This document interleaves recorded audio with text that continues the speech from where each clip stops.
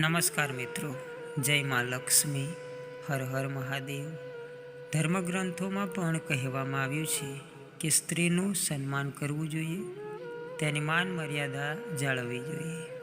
ધર્મગ્રંથો અનુસાર સ્ત્રીને ઘરની લક્ષ્મી કહેવામાં આવે છે. જે પણ સ્ત્રીના આ 5 અંગ મોટા હોય છે અને ઊંડા અને લાંબા હોય છે તે ખૂબ જ ભાગ્યશાળી હોય છે.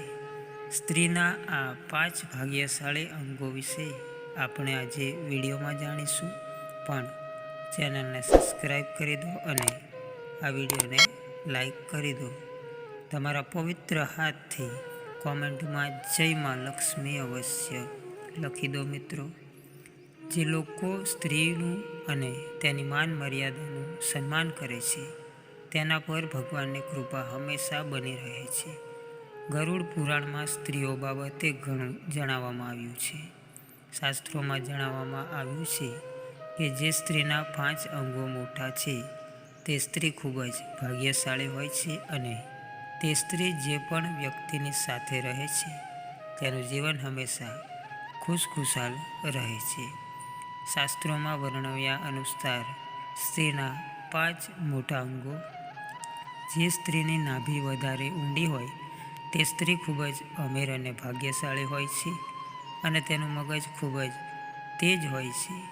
આ સ્ત્રીના ઘરમાં ક્યારેય પણ ધનની કમી થતી નથી અને આ પ્રકારની મહિલાઓ હંમેશા આનંદપૂર્વક જીવન પસાર કરે છે.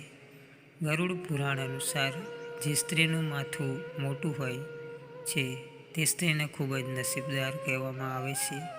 આ સ્ત્રી પોતે તો ભાગ્યશાળી હોય છે પરંતુ પરિવારના સભ્યો માટે પણ ભાગ્યશાળી સાબિત થાય છે.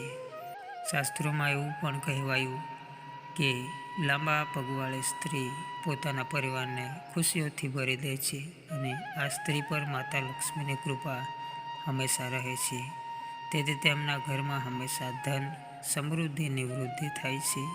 એવું પણ કહેવાય છે કે લાંબા પગવાળી સ્ત્રીઓ ભાગ્યને પણ પોતાની સાથે લાવે છે. આ ઉપરાંત મોટા કાનવાળી સ્ત્રીને પણ ખૂબ જ ભાગ્યશાળી માનવામાં આવે છે, કારણ કે મોટા કાનવાળી સ્ત્રી પોતાના જીવનની સાથે અન્ય લોકોના જીવનને પણ ખુશીઓથી ભરી દે છે. સામાન્ય રીતે મોટા કાનવાળા લોકો ખૂબ જ ઓછા જોવા મળતા હોય છે.